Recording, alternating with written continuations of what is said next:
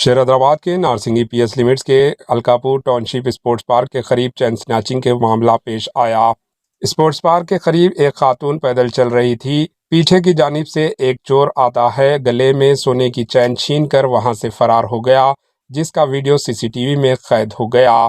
खातून नीचे गिरकर जख्मी हो गई। जख्मी खातून को मुकामी लोगों ने अस्पताल पहुंचाया। चैन स्नैचिंग के मंजर सीसीटीवी कैमरों में रिकॉर्ड हो गए। पुलिस ने मुकदमा दर्ज करके तफ्तीश शुरू कर दी। Bureau report, AHN news.